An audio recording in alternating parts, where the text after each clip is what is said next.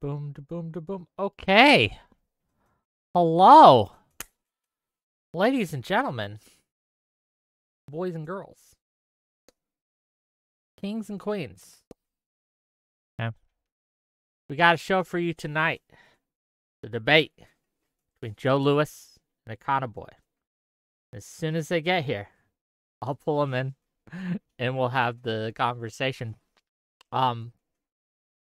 A little out of focus. Hope not. I was having some audio issues Tuesday, reportedly. I think I fixed those, but I'm not sure. So if you guys have trouble hearing me during this, or if there's disconnects or if it buffers too much, just let me know, and I'll mess with it a little bit. But as far as I know, we should be good. And hopefully, what we're waiting on now are our guests.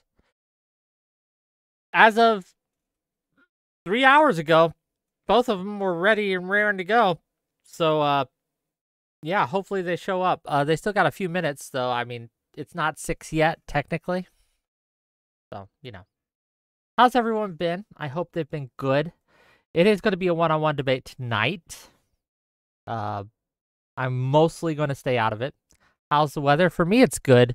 I'm waiting to hear back from everyone who was in Florida, who watches me and things like that. Okay. Hello. Hey, what's up, Wick? Hey, you're a little low. Let me...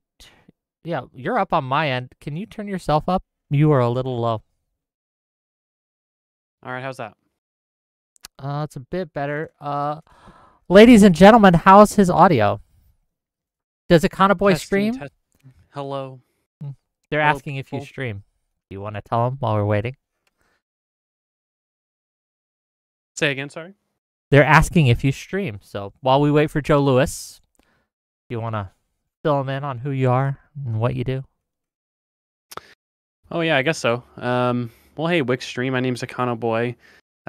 Post periodically on my channel, mostly economics and politics stuff. And I do debates like these every now and then. I also have a couple of podcasts. One of them is Live and Learn, which is hosted variously through mine and my co-host channel, Pisco Josiah Hutch, which is a show where we talk about sort of contemporary politics. And then after that, I do Three Wonks, which is a policy-focused podcast. So if you want to learn about policy, then subscribe to that channel. We talk about dense policy stuff like tax policy and welfare policy, and that's the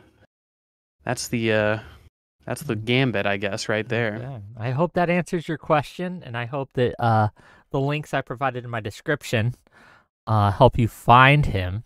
I've given you a link to his Econoboy channel. I don't have the links to the Three Wonks or the Live and Learn and things like that. Yep. But appreciate you coming on tonight. I know it was of course. I was reported. It was reported to me that you and Pisco were talking a little shit last night, though, on your podcast. Mm-hmm. So I Live and Learn. We were. What were you saying? I didn't check. Oh, you didn't watch it yourself? No, we were just saying. We were saying that we think we feel that you were wrong about the flag situation, and you are proven more and more wrong by the day, Wick. Okay, because here's the thing, Wick. Here's the thing. Apparently, according to the New York Times, John Roberts agrees with us. He says, looks a little bit bad if you're writing this opinion, Mr. Alito, since your wife has a flag thing, apparently. So we're going to pull you off that opinion, and we're going to have someone else write it. Sure, can you link me where he said that was the reason he did it? Well, if you don't believe insider reporting, obviously, that's a bit of a problem if you ask me. Fair enough. I think insider reporting is typically pretty accurate. Maybe. I think that one of these things is that even if Roberts did agree with you, he's still incorrect. Wasn't he the Chief Justice that penned the decision on the immunity case as well? Do you think he was correct then? I think that Justice Roberts is a reasonable person, and a reasonable person would think that it would establish a conflict of interest to have those flags flying while you're writing opinions like that. Fair enough.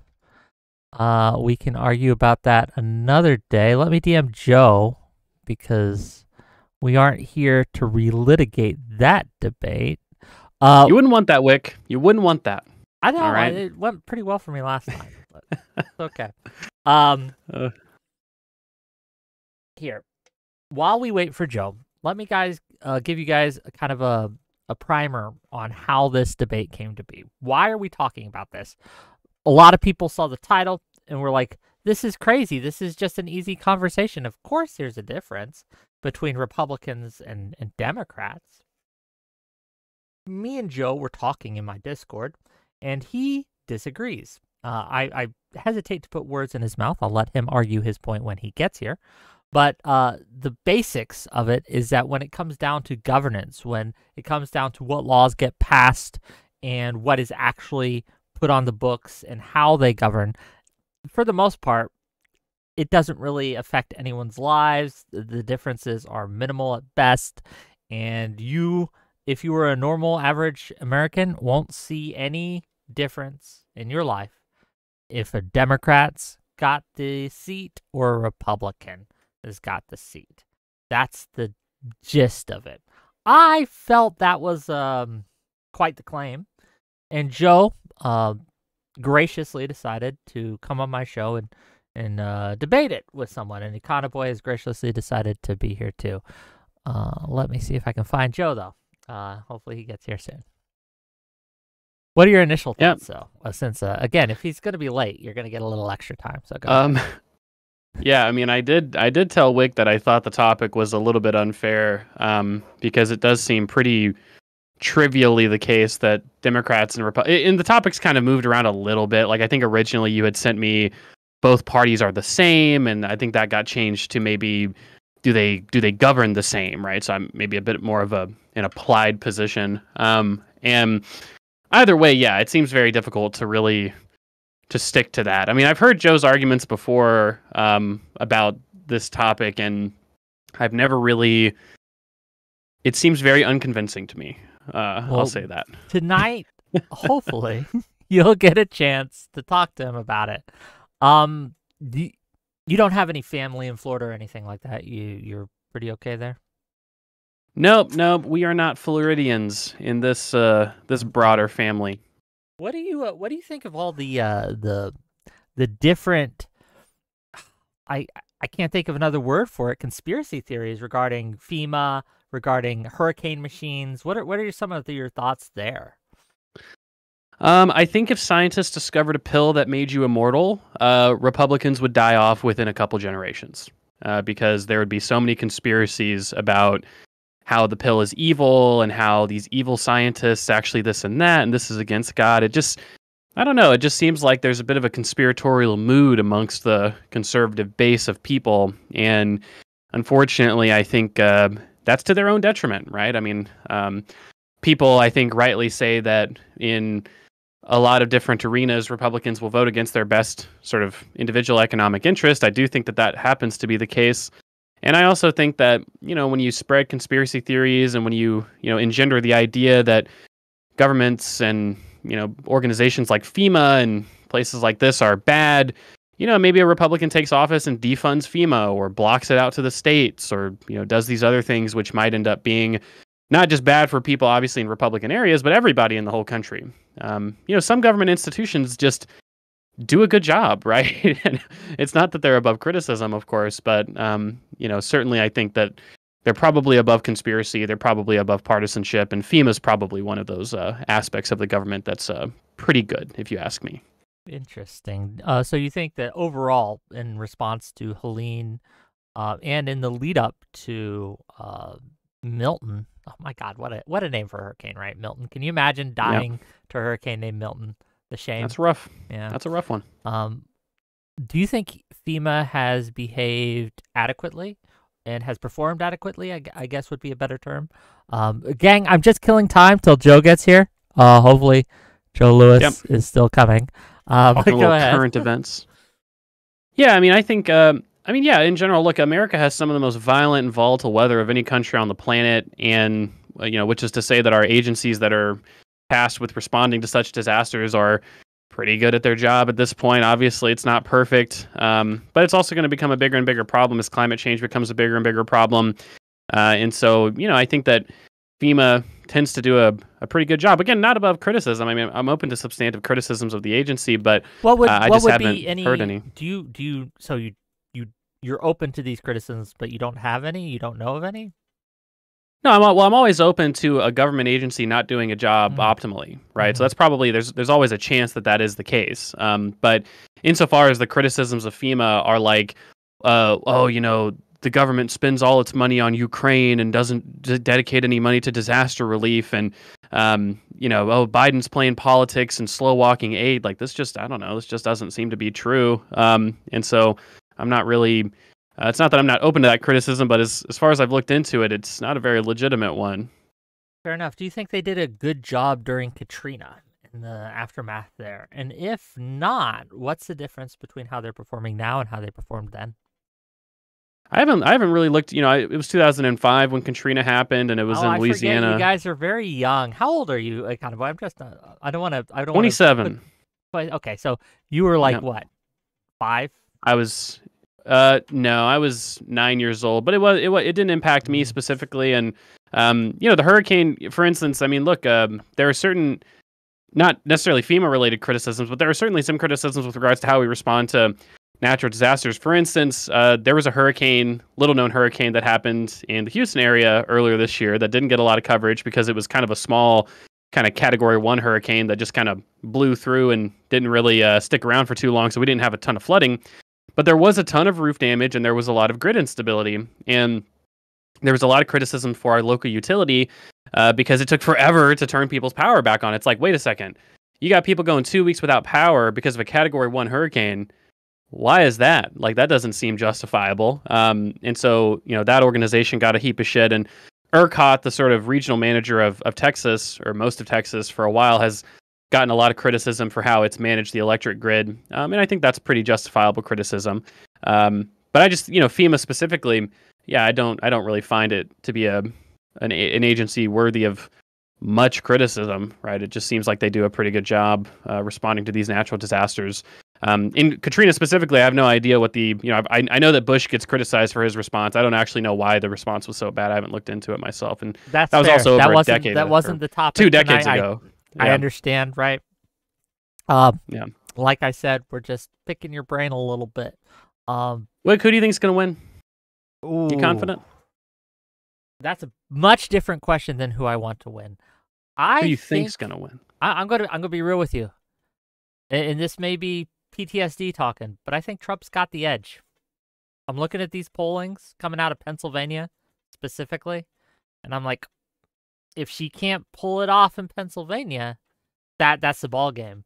Like one of the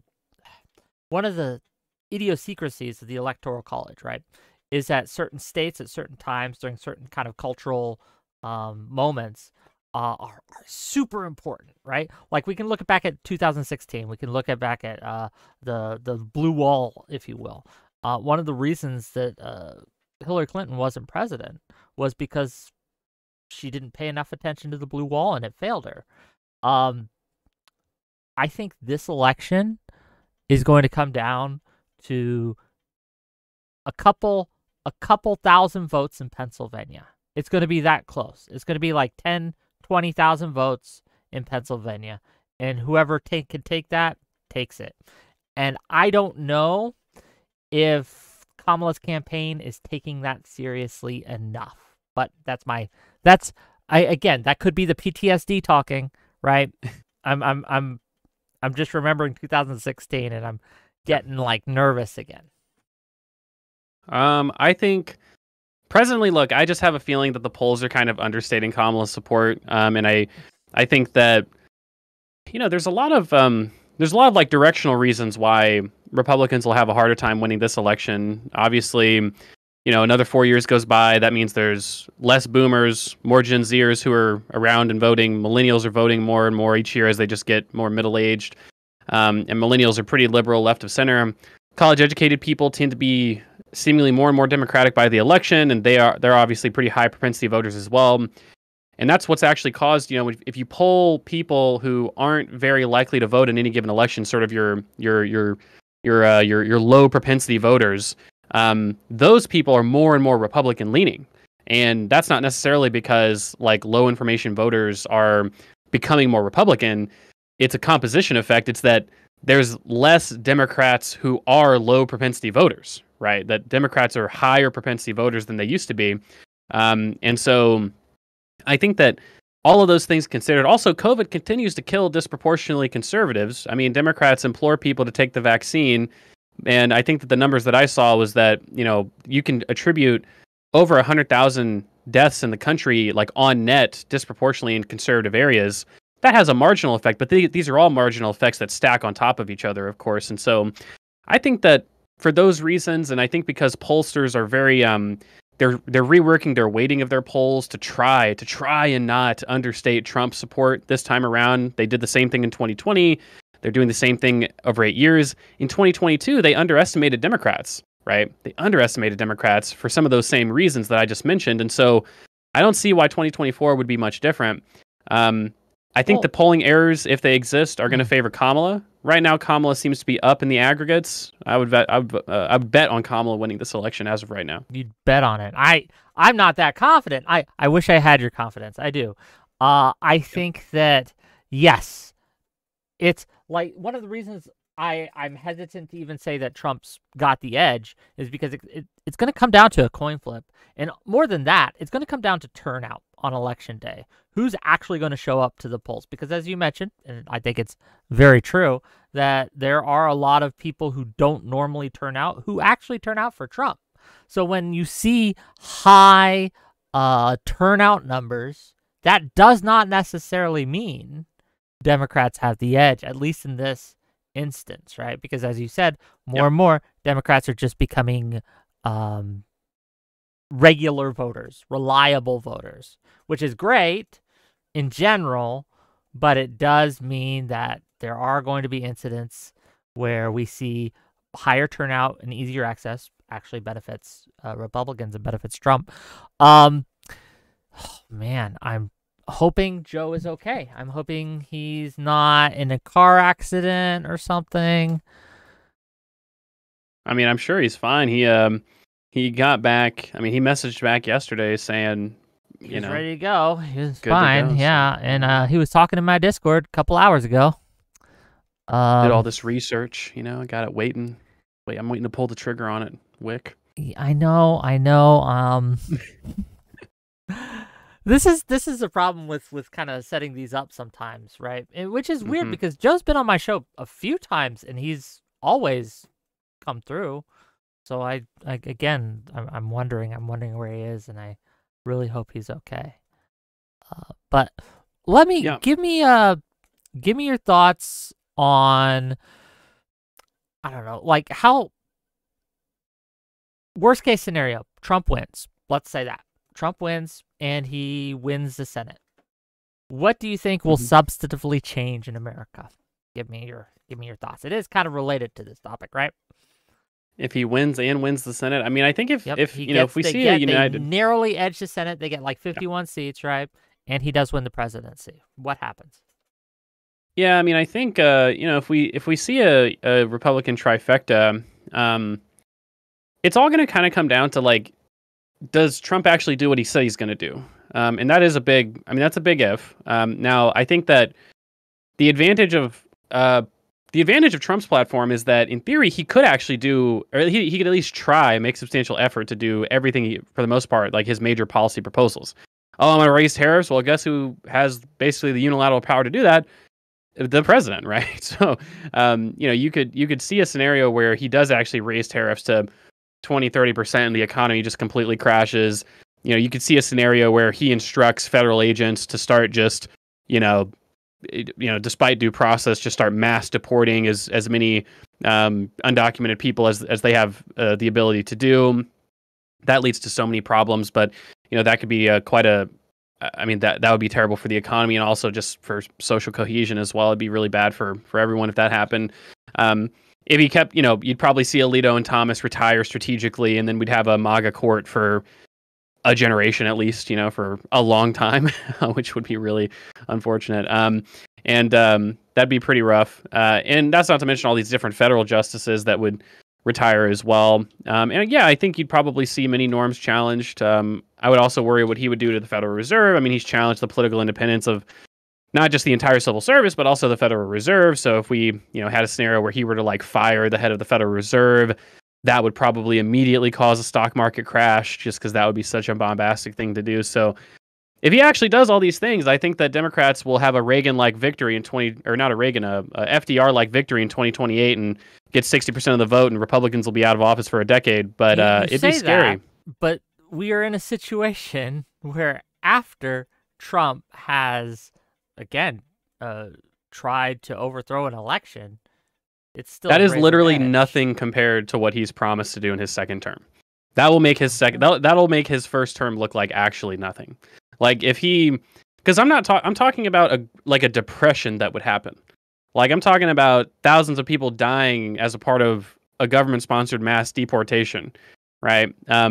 These things, I mean, we're talking about a court that would be radical enough to just repeal the entire National Labor Relations Act or repeal the constitutionality of the SEC. I'll devil advocate this for a bit, because again, we're killing time here. And while we're killing time, and hold that thought, gang, you guys know I get paid by Progressive Victory. One of the things that they're offering to people, and one of the things that I offer to you, is an opportunity to phone bank. Like we said, this is going to be a razor-thin election. It's going to be coming up to a coin toss, but you can influence it if you'd like. So I'm going to put a link in chat, and that will allow you to click on that link, and you can go and you can sign up to phone bank. And you don't need anything. You could just do it on your phone, right? They provide you the app and the training, everything like that. So I'll put that in, and we'll go. Joe Lewis is here. Thank God. Hello. Doesn't have to talk to me anymore. No, I like talking to you, kind of. He hates talking to me. There's the links in chat, by the way. But Joe, how's it going, buddy? Hey, how's it going? I'm terribly sorry about that. Whoop, that's not correct. I had in my calendar that this was for 6:30. Sorry about that. Are you? It could be that I told you. Did I tell you 6:30? Let me look. I don't know. It was probably just something I had set in my head. Give me 2 seconds. Okay, yeah. Take your time. Take your time. Right. Do what you need to do. Get set up. Yeah. But there is a chance that Trump wins and he just, doesn't do any of those things. Well, the devil's advocate would be like, okay, well, he was president for 4 years and none of those things happened. Why would they happen? He didn't run on those things. He didn't run on those things in 2016, right? So he didn't run on universal tariffs and mass deportation, but that's what he's running on this time around. So fair enough. Okay. Well, welcome everyone to yet another episode of WIC TV, cross-ideological space where we come together to talk about issues both political and cultural, from the silly to the serious. Gang, we've got a show for you today. We're going to be talking about the differences between Republicans and Democrats when it comes to governance.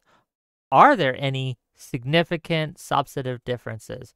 Will your life actually be any different whether whether Democrats are in charge or whether Republicans are in charge? We're going to give the mic to Joe, and he's going to tell us his thoughts, and then we're going to give the mic to Econoboy to respond to that, and we'll just go from there. Yeah. So, Joe, there you go. What do you got? Well, first off, I'm going to say I appreciate the patience as I got my sort of life going around. I know, I can speak just from personal experience. I know time is very valuable in these certain spaces, so I apologize for that tardiness. Hopefully I'll learn to read the next time around and clarify things before I go off and eat dinner. This is my first experience in talking with Econboy. We've kind of been, I first had no idea who you were. So I did a little bit of digging, but I noticed you had sort of we have sort of a general adjacency in kind of like the spaces that we navigate around. We never directly collided before, so I appreciate you taking the time out of your day, because I know you could be anywhere and you chose to do this. I really do appreciate that. I kind of want to approach this a little differently than I think most people do these type of things. And with the consent with Econ and Wick, I hope this is okay. I have some questions that I wrote out. I was wondering if we could spend the time, Econ, and just take a moment of answering those to the best of your ability, and then I could give sort of like my broad statement within those questions, and then we can go back and forth. Is that all right?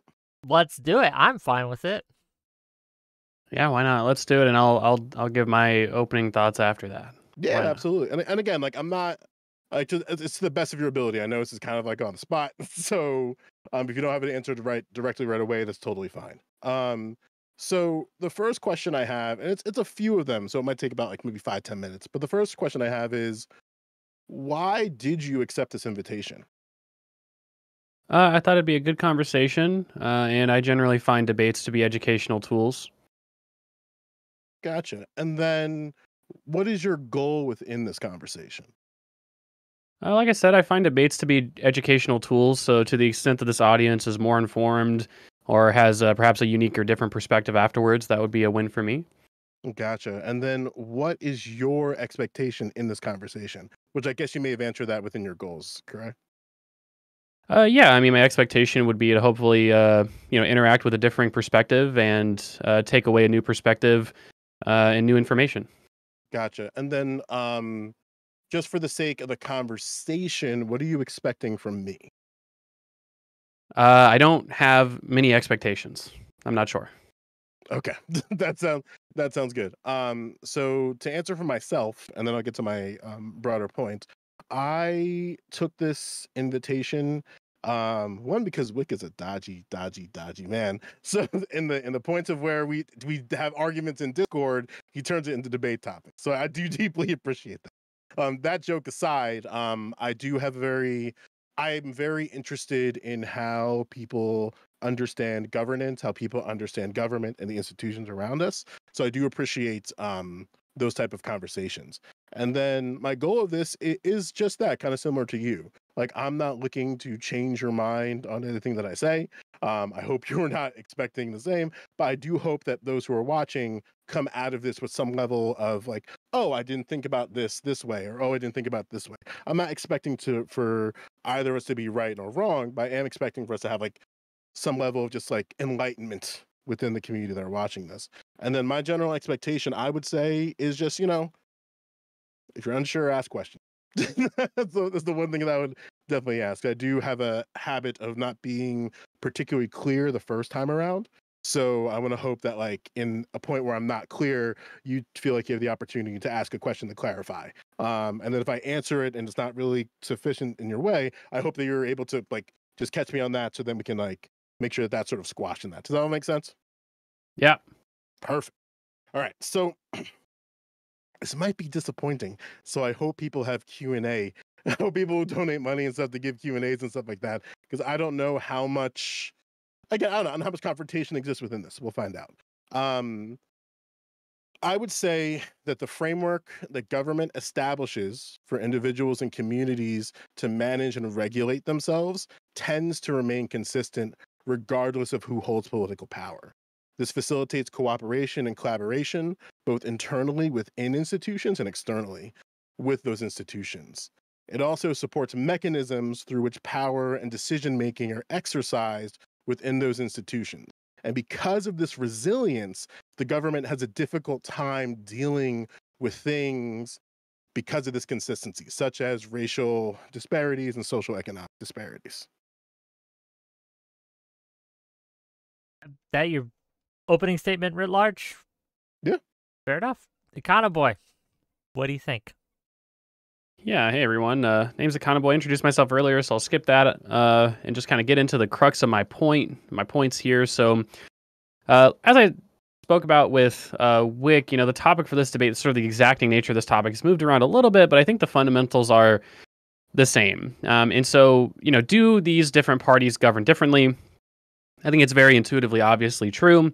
I think that you can look at the sort of material outcomes of, let's say, an aggregately large number of people, and say it was better that Democrats were in office and did these things than it was Republicans. And it was better for most people. And in some cases, it was very deeply better for most people, especially in select groups, let's say. So if we were to talk about certain subgroups of people, it was much better for the elderly. It was much better for children. It was, much better for X and Y groups. But aggregately speaking, I think that the philosophy of Democrats is different from Republicans. They apply that philosophy differently when they're in office, and they certainly have far different outcomes. And so, number one, right off the bat, the rhetoric is much different. Democrat leaders, they tend to implore society not to demonize immigrants. Republicans hold signs that say mass deportation now and claim that immigrants are eating people's cats and dogs. I would say that words matter. This is bad. Obviously, Democrats are different in that regard. That seems like a good thing. Democratic leaders also advocate and consistently vote for things like welfare expansion, minimum wage expansion, unionization. When the original Build Back Better bill was proposed, 90% of Democrats voted for a full Build Back Better plan, which would have instituted basically $3.5 trillion of new social spending, which included expanded tax credit, family leave, Medicare expansion, all these things. 0% of Republicans voted for that bill. So I would say that that's a pretty different group of people, right? That they govern pretty differently. If you were to ask me, seems like a pretty substantial difference. Now, let's talk about some clean experiments. So one group of people has government power. Another group either has government power and it's a different group, or they lose government power and another group turns over. So we can look at Michigan. There's an article from Jacobin. Jacobin, for those that don't know, I wouldn't say that they're the most... they take a critical view of the Democratic Party, let's say. Typically speaking, it's a very leftist sort of socialist organization.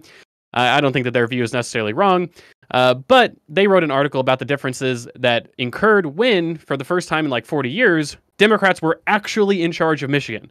They had the government, they have the governor's mansion, they had the legislature, both chambers. Democrats are finally in charge. What did they do? Here's a quote from the article that I think encompasses my view. Quote, "In a single day, alone, ignoring the anguished cries of their Republican counterparts, Michigan's Democrat-controlled legislature passed a new gun control law, voted to repeal the state's unenforceable abortion ban, enshrine protections for LGBTQ citizens, and significantly, legislation to end the state's Snyder-era right-to-work law was passed through the Michigan House and Senate and is now on its way to Governor Whitmer's desk, and I believe later she signed that bill. That was in one day. That was in a single day. It's not to mention clean energy standards. Look at Minnesota when the same thing happened there. Free school meals, free tuition for low-income families, abortion standards, clean energy standards. These are all good things. Last thing as I finish up here, federal government. The Democrats took over from the Republicans. Razor-thin margins. The CHIPS Act, the IRA, which was the largest investment in climate infrastructure in the history of this country. The actual infrastructure bill, which certainly disproportionately helps lower-income people. The temporary child tax credit. Negotiation of drug prices. That'll save Americans billions, even in the first year.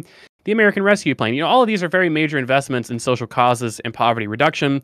These were all passed with basically little to no support from Republicans and near universal support from Democrats. And that seems like a major difference to me. The last thing that I'll mention, justice appointments. I think that it does affect people's day-to-day lives when their rights are taken away or when their rights are expanded. Basically, every attack on religious freedom, secularism, abortion rights, labor rights, welfare programs, consumer rights, every single one of those attacks, they all come from conservative justices that are appointed by Republicans. And so all these things together, I think that it makes a pretty big difference who's in charge. They govern differently, these two parties, and I think there's a lot of examples that point to that.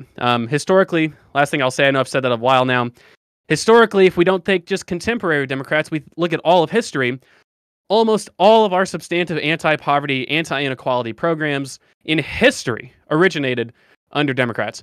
Food stamps, Social Security, Medicare, Medicaid, child tax credit expansion, child tax credits, unemployment insurance, every single one of those things started under Democratic presidents, under Democratic governance. That's a big deal. Well, thank you. And does that kind of, just to start this off, because I think one of the problems with this conversation that I'm seeing right away is you guys are coming at this from very different angles, right? So, Joe, I'm going to toss it to you first. Yeah, because I thought this was I didn't know this was a Democratic simp job interview. I would have changed my argument. I'm just kidding. Yeah, what was your question there, Wick? Well, no, I'm just giving it to you. Like, he said a lot These are obvious Yeah. differences in results. Why does have that no- why does that not matter when it comes to these things? I have no notes in the what he described there. The thing that I was hoping that my statement, I'll say it again, like to the core of it, right? And maybe you can engage with this directly since we're past this like opening semantics, where I believe that the framework that the government establishes for individuals and communities to manage and regulate themselves tends to be consistent regardless of who holds political power. So what that means practically is when there's something that needs to be done, it tends to stay within the already established framework of how to go about these things. There is something to be said about the current wave of Republicans challenging the election, Republicans looking to readjust electoral rules. But again, they're not necessarily trying to completely reimagine how we vote. They're just looking to, within the current established framework, how do we make adjustments while still maintaining that framework? And my concern tends to be because of how this framework exists, it does not have a good way of navigating the disparities that exist because of that framework. Does that make sense? Can you give us an example? Perhaps that might help. Sure. While the Biden administration can be heralded towards the decrease in Black unemployment still has been persistently higher than the white cohorts. So it tends to be anywhere, depending on the state that you're in, 1 to 2 to 1, or as high as like 4 to 1, depending on the state you find yourself in. And then when you look at it in the context of particular states, where I live and have lived in a Democratic trifecta, the only exception being the Chris Christie administration for as long as I've been alive. But the gap, the racial wealth gap, as well as the unemployment gap, has remained persistent. So, in my eyes, the only way to really address that gap is through being particular about the nuance that exists within that gap. But one of the pervasive things, regardless of who is in political power, and again, this is just an approach here, is this idea of universality, where we're not going to directly engage with the racial wealth gap. We're not going to directly engage with the Black unemployment gap, but we will try to implement universal policies that will have the decrease of Black unemployment, as an example, as a byproduct of those policies. Does that make sense?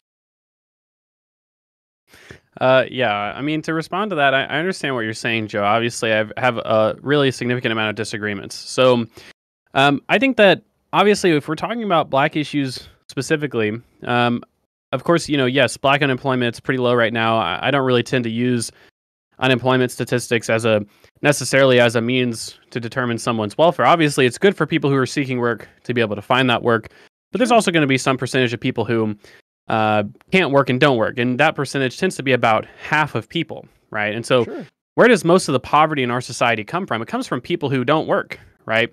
People who don't work don't have access to factor income. Obviously, they have to get income and consumption somehow. And Sure. there's a lot of people in our society who are poor because they're supporting non-workers, right? They have children, childhood expenses, they have elderly parents they're taking care of, these kind of things, all these different situations. Maybe they're unemployed, obviously, but that's actually quite a small part of our welfare state. And so when we're talking about these disparities between certain groups like Black people in this society, universal programs disproportionately help Black people, and they close the gaps that you're talking about. And I can kind of demonstrate that. I can demonstrate that with some really quick. I don't want to cut you off on that too quickly, because Okay. I don't want you to address something that's not really engaging with what I'm saying. So I'll say it again, right? Despite there being a decrease in things like Black unemployment, the gap between, in this case, white and Black households and white and Black people has stayed persistent. So I guess the question I'm asking you here is how, with that universality, how does the government engage with that particularness? Yeah, so my answer is that it doesn't have to engage. Number one, I'm not sure what you mean by engage in that particularness. Now, to be fair, when we talk about, say, like reparations programs, all reparation programs that have ever been passed have been passed by Democrats. So I would say that those are, again, how they govern differently. It seems like Democrats are more particular to that issue than Republicans. But the reason why I say it's important to understand why people are poor, like in the foundational sense, and where that sort of poverty comes from, and how certain groups are affected by non-workers, because it's important to understand that, because if we have universal welfare programs, which are things that Democrats tend to support, they tend to close all these gaps that you're talking about, right? So, for instance, Black people just in general are more likely to be non-workers. I can demonstrate this. They have higher birth rates, which means there's disproportionately more Black children. They tend to be more likely to have a disability. Black people are more likely to be unemployed.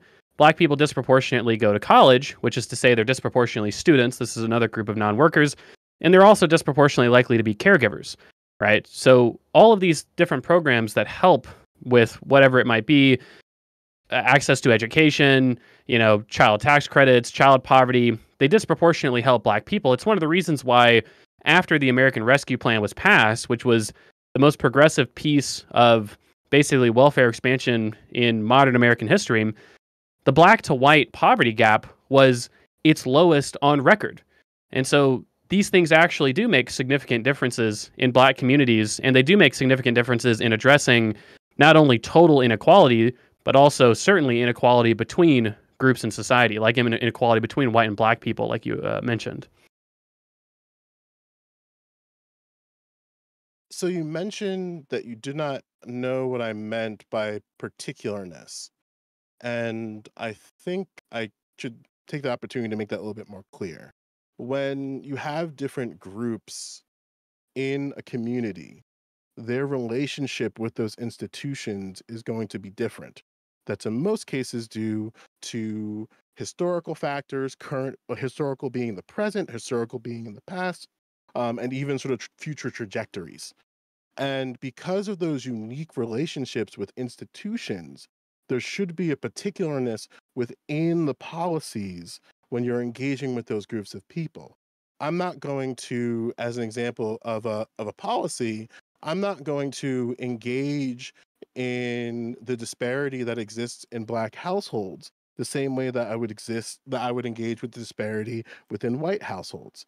Because why those people are unhoused, why those people are homeless, why those people are without homes is going to be different and particular to how they exist and the relationship with the institution. Does that make sense? If I may, right? I understand that, and I do want to kind of let you guys back and forth on that, but just to make sure that we are kind of going along the same page, do you have any notes, if you will, on Econoboy's claim that under Democrats, the gaps that you're talking about, these inequities, are actually closing, right? That they are actually going down. The evidence suggests the contrary. Okay. The thing here, which I want to make sure that we're on the same page with, is that the gap still persists despite those policies. Is that true? And do you believe that to be true? Well, I've never made the claim, and the claim is not that Democrats have solved all the issues that Black communities face. The claim is, really quick, Joe, because you're interrupting me now. I just have to respond to your point. Sure. So, again, the claim is, do these two parties govern differently? You made a claim. You said, well, something that I really care about, a very reasonable thing to care about, the gap between white and Black people on various metrics. Those gaps are lower under Democrats, and they're historically low under modern Democrats. So they govern differently. The point that I'm trying to make is that the gap still persists. And I'm asking you again, is the gap still there? I've never claimed to the contrary. Okay, that's my point. I love you, friend, but damn, despite there being progress towards these things, the gap still remains persistent, so much so that we have the situation of 2-to-1 gaps, of 3-to-1 gaps, of 4-to-1 gaps. So there's a particularness that's happening amongst that cohort of people that universality seems to not be addressing. An example of this I can make a little bit more directly is when we're looking at what happened to Black Americans under the housing crisis. About a third of Black Americans lost their homes, and that gap is never going to be recovered. Those homes will never be recovered. Now, a particular policy prescription that I would provide, because I understand that because we want to approach the universality, is some type of stipend or reimbursement towards people who lost their homes in direct consequence of the housing crisis. This is something that I would argue Democrats could do. Now, the semantics of that would be their job to litigate and navigate around. So I'm not going to make some type of prescription of what I think the silver bullet would be. But a recognition of that is saying, hey, Black Americans lost their home in a very unique way that's going to be difficult to remedy through universality. So while we can't be racially specific, we can be racially conscious. So an example of that consciousness and universality could be if you can quantify evidence that you lost your home because of this housing crisis, because of the situation that happened at the banking level, because we can't go after those banks directly, we're going to foresee that burden and help you. That's what I'm kind of talking about here in terms of particularness.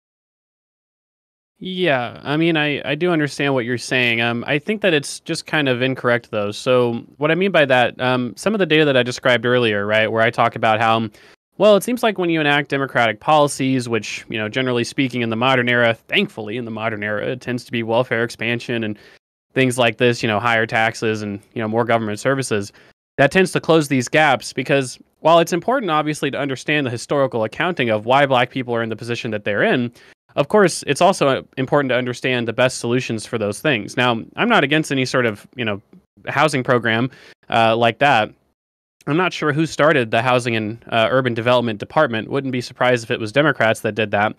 Certainly, I know that Democrats have invested heavily in subsidized housing and public housing over time. But these programs, these universal welfare programs, which Kamala specifically has advocated for expanding, which Democrats across the country expand when they have the levers of power, the only thing stopping this gap from being completely erased is just doing more of those programs, which is to say, advocating for progressive politics within a Democratic Party framework. The gap that I described, for instance, the white to Black poverty rate gap, that gap was about 15% in 2009. That's the first year that this data set was available, or it's about 12.5%. That gap shrank all the way to 5%. So the gap shrunk like 75%, 67% over the course of that time, notably, obviously, in 2021, when we had that huge expansion of welfare programs. And so while it's important, of course, to understand the historical accounting of why different groups are in the positions that they're in, it's also important to understand that universal programs certainly very directly address disproportionate problems. And again, we just have to go back to the topic here. I've never made the claim that this gap has gone away under Democrats. The topic is, do these parties govern differently? They certainly do. And I think that there's a reason why something like 85% of Black Americans are voting for Democrats, and they historically have, because Democrats pass the kind of policies that advance racial justice, right? Certainly not totally solving those problems, but obviously advancing those issues. It just seems clear that they govern differently. That's why, they tend to get 85% of Black vote. So why can't they get more than the white vote? And based upon your analysis, because when it comes to captured electorates in the United States, for Democrats, Black Americans are one of the few truly captured electorates where they vote 80% or greater. But it seems to be the case where when it comes to white Americans in particular, they tend to lag behind anywhere from 30 to 40 percentage points, depending on the election. So what do you say to that sort of gap when it comes to Can you clarify that policy? just for my understanding? When you're saying they're lagging 30 to 40%, who's lagging, right? White Americans tend to vote anywhere from 40 to 50% to Democrats, where for Black Americans it tends to be 80% and higher. Okay. That's why I say when I define a captured electorate, I consider an electorate to be captured when they're voting 80% or greater. Which is why in a lot of cases, like the Republican Party, I would describe as being like the party of white folks, because of the fact that they're able to get anywhere from 60% or greater of the white vote. So what exactly within this universality what do you think is pulling people to vote for Republicans more than Democrats in your eyes, Econ?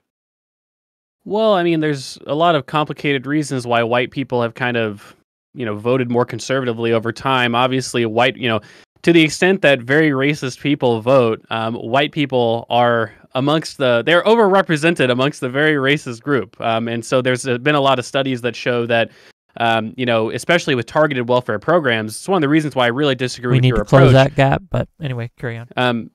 Well, yeah, it's one of the reasons I really disagree with Joe's approach is that white people, especially over time, have tended to view welfare programs that are targeted as sort of like programs that help black people. Now, they're right in the sense that these programs do very much help black people. It's the reason why I would support these programs over nothing. But it's another reason why the Democrats pivot to universality is it's an attempt to address that issue. It's like, hey, these are universal programs that close these gaps.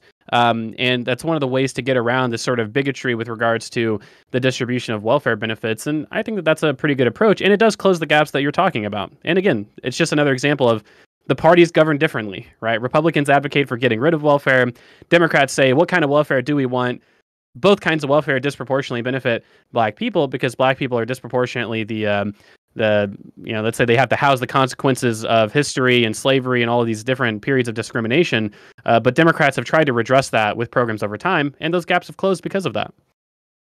I don't know. You mentioned that you disagreed with my approach, but what do you believe my approach to be? Well, as you've described it, you said we want to identify certain sort of historical things that have disproportionately affected black populations, like the housing crisis, and we want to have specific fitted solutions. And I've made two claims in that regard. One is Democrats actually are the ones that have done that historically, so they govern differently. And two, they advocate for universal programs, which are also very good for black people. Right. That's not my perspective of what we ought to do. So that's why I was kind of confused. Because it's not about having directed approaches towards black people. I don't believe in this idea that you ought to directly target black people as a matter of public policy. It's never going to pass. And there's a lot of evidence to support that. Well, I didn't say that. I was responding because you had said one of the issues that disproportionately affected black people was the housing crisis. So we should have a housing crisis specific policy.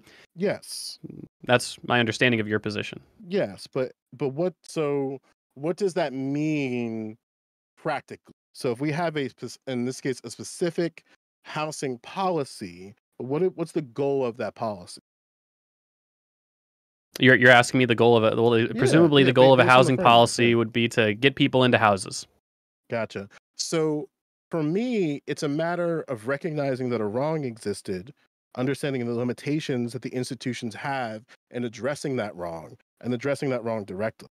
I don't agree with the way that banks handled people during the housing crisis, but I would also agree however, due to the way that the government establishes how to engage in the management and regulation, it tends to be consistent. So the remedies towards these things are going to have to appeal to some type of universality, which leads to this benefit being a byproduct, where I believe that if you want to engage with the housing crisis directly, you need to frame policy in such a way that addresses it directly and make it very clear in your advocacy that while this may be something that might not affect some people, but we're doing it for the sake of justice. We're doing this for the sake of clarifying the collaborative conditions of a community. And one of the ways that people can, and for a lot of different reasons that we will hopefully be able to get into, one way that people can collaborate with their community is by being in a home. But not every single person is going to be homeless or unsheltered in the same ways. So that's what I mean in terms of particularness and how to approach policy. I hope that makes sense.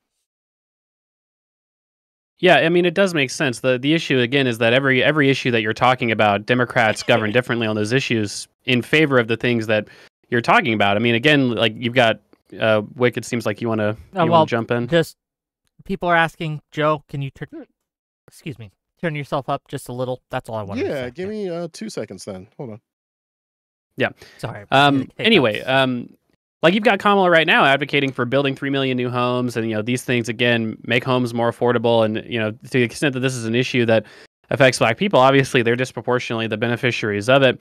And so, other ways that you can build out your community. Number one is not being in poverty, right? It's very hard to engage in community institutions when you're deeply in both absolute and relative poverty. So welfare expansion addresses that problem very directly. But again, another thing, part of your community tends to be historically like your union, right? The policies that people are proposing that expand unionization, which not only shrieks labor income inequality, again, disproportionately benefiting Black workers, but it also ensures that you have that broader set of community institutions that you can engage with. The institution of the public school is another example. Which party supports public schools, builds public schools, and who are disproportionately the beneficiary of public schools? It's Democrats and it's Black people, respectively. These are generally going to be pretty good institutions for building out communities. And again, these are the kind of institutions that Democrats tend to support. I've never made the claim, and I don't think anybody would reasonably make the claim, that Democrats have been perfect on this issue or that they've totally solved this problem. But again, if we're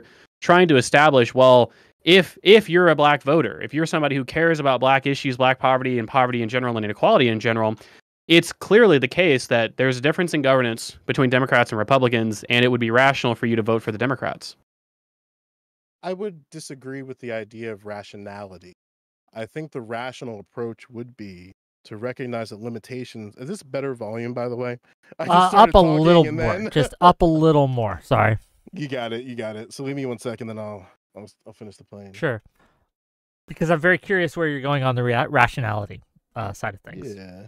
How's that? This is at 60%. It'll I'll talk have and to then do. It'll have to do. you let me Joe. know. Yeah. So I think the rational thing that should happen is community organizing and community action. That's what I think. If I were to make a prescription on what Black people ought to do, that's outside of voting Democrats, is to recognize that these institutions, because of their consistency and how they perpetuate certain things, you ought to. Yep. Would you also advocate for them to vote Democrat? Why or why not? I'm not going to tell people who they should and should not vote for, but I will say that, and again, I'm not in disagreement with what Econ Boy is saying here, right? Democrats, by and large, especially at the local level, that make very good arguments as to why to vote for them. If I look at the things that local Democrats did under the McGreevey administration, under the Murphy administration, it makes absolute sense why you ought to vote for Democrats at the local level. However, despite the policies that they implement and actualize, there's still certain community problems. I'll give a very hyper-specific example of what I'm talking about. So in 2017, I believe it was, the Murphy administration passed a bill that prevents new federal contracts of detention centers for immigrants. So, and the last detention center for that is I believe it's in Elizabeth. The company that's in charge of that facility sued the federal government, justifying its existence of that facility, and the Biden administration sided with that lawsuit.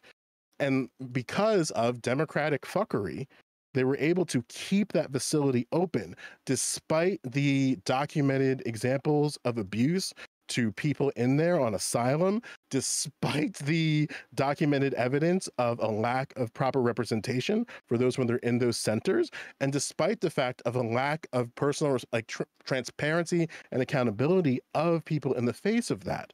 And because of injunctions, it remains open to this day, despite the fact that Democrats passed a law at the state level to prevent the continuation of new contracts. So, and then when I look at that, it's like, what does somebody do with that? What I believe happens there is that you're going to have to engage in different ways of approaching these problems. Another example that I will give is that New Jersey is a sanctuary state. You are protected in this state from ICE fuckery.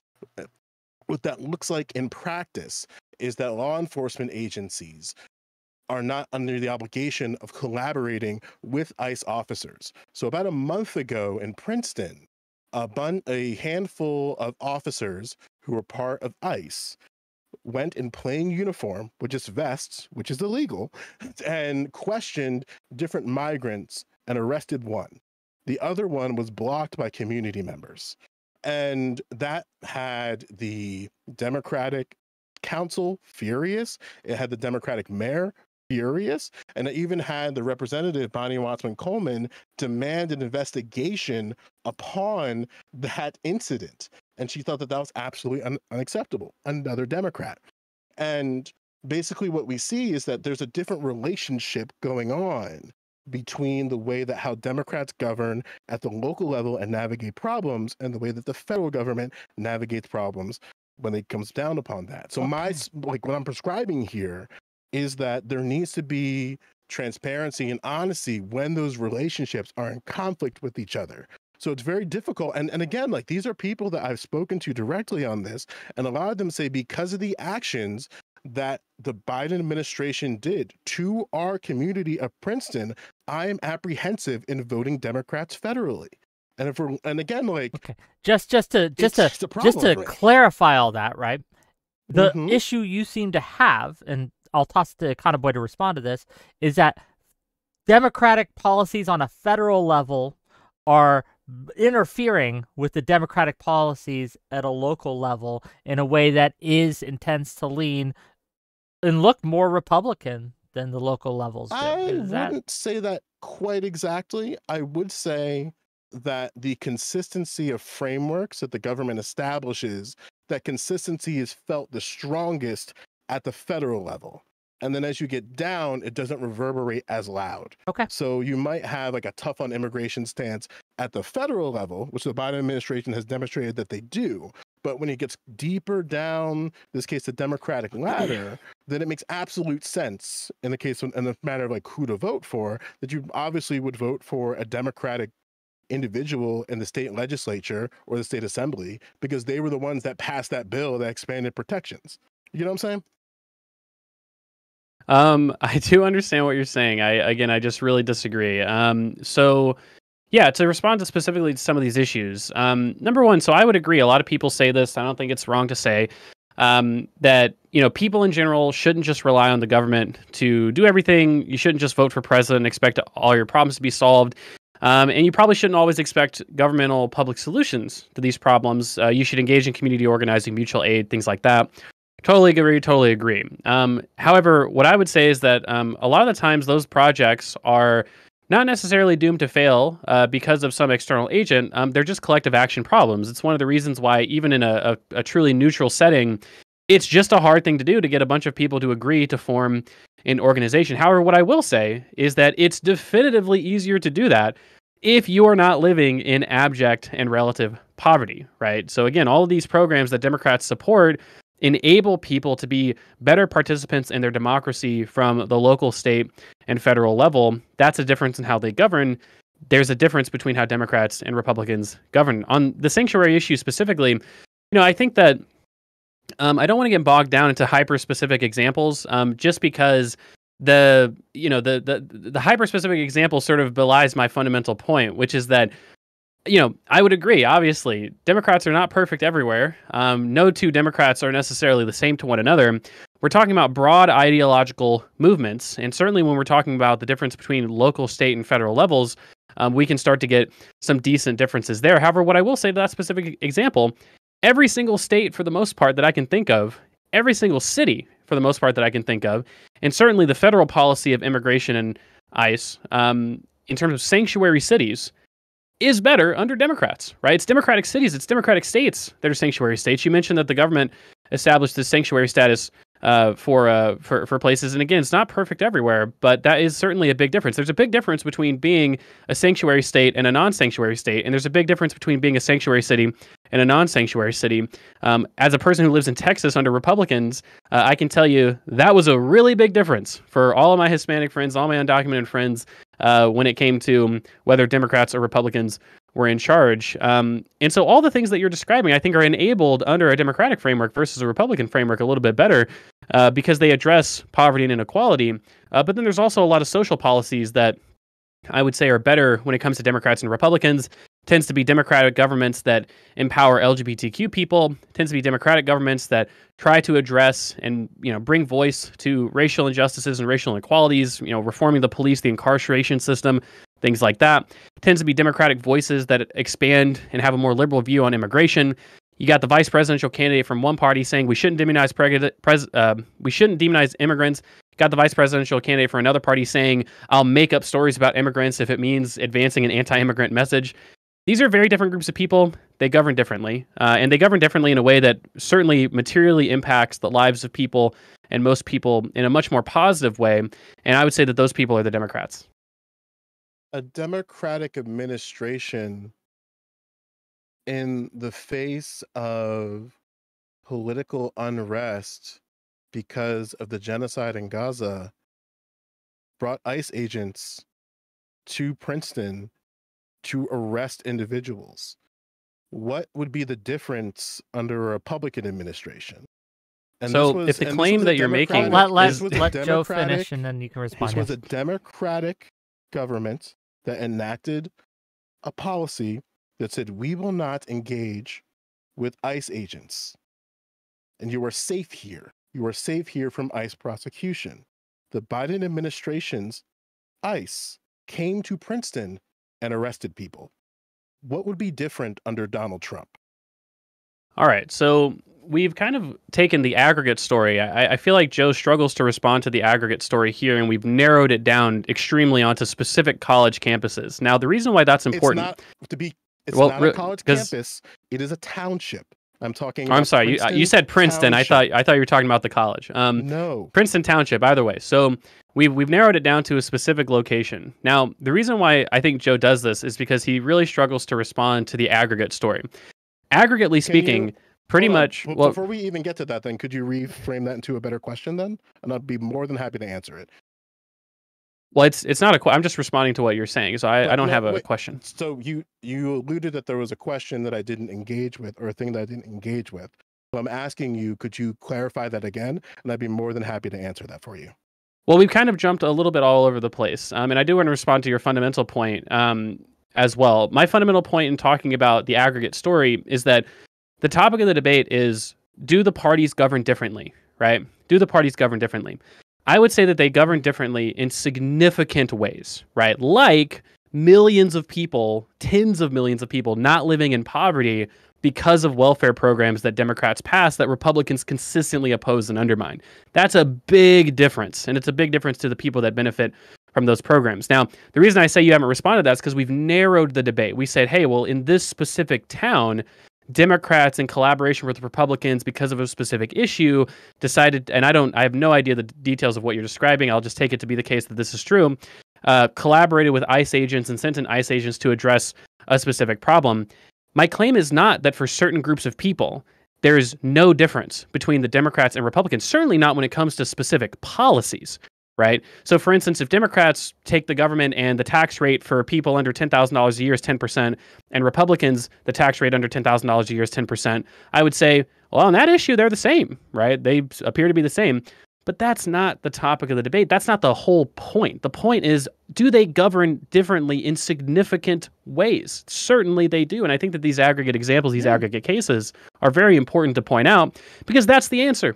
They do govern in different ways that are very significant to most people.